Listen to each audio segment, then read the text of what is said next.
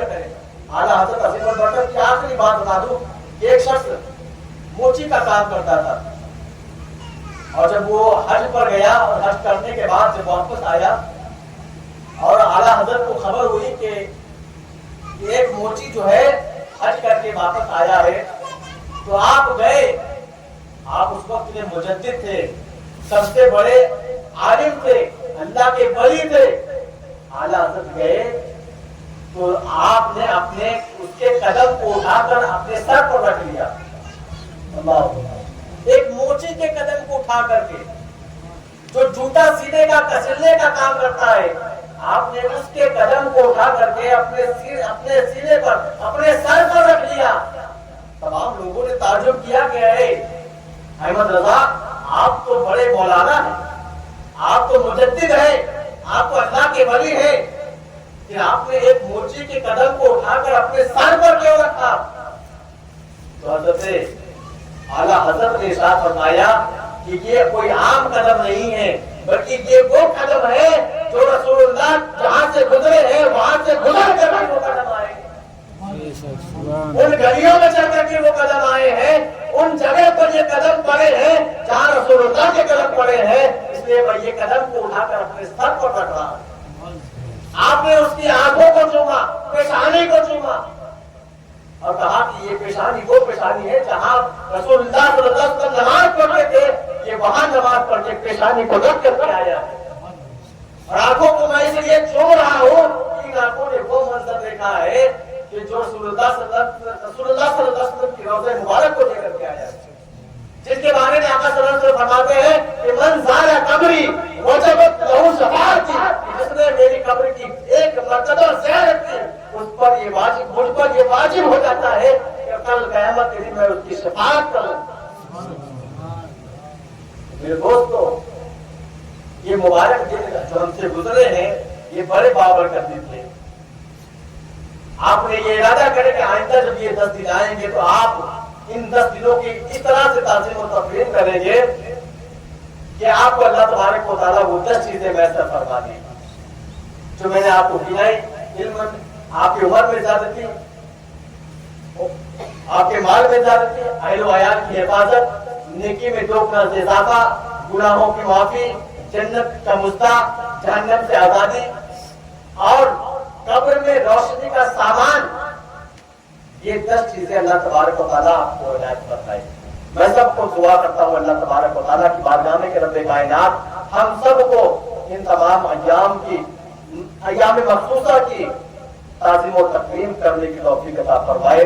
اللہ تبارک و تعالیٰ اس محفل کو اپنے رب کی اپنے بارگاہ میں قبول فرمائے، اور اس میں جتنے لوگ حاضر ہیں سب کی حاضری کو قبول فرمائے، سب کی نیک جائز تمناؤں آرزوؤں و خواہشاتوں کو قبول فرمائے. اللہ تبارک و تعالیٰ آج مبارک دن کے صدقے جو فعل ہم سب کو تمام آفت و بلیات، تمام زمینی و آسمانی بلاؤں سے محفوظ فرمائے. استغفر اللہ ربی من کل ذنب واتوب الیہ وما توفیقی الا باللہ.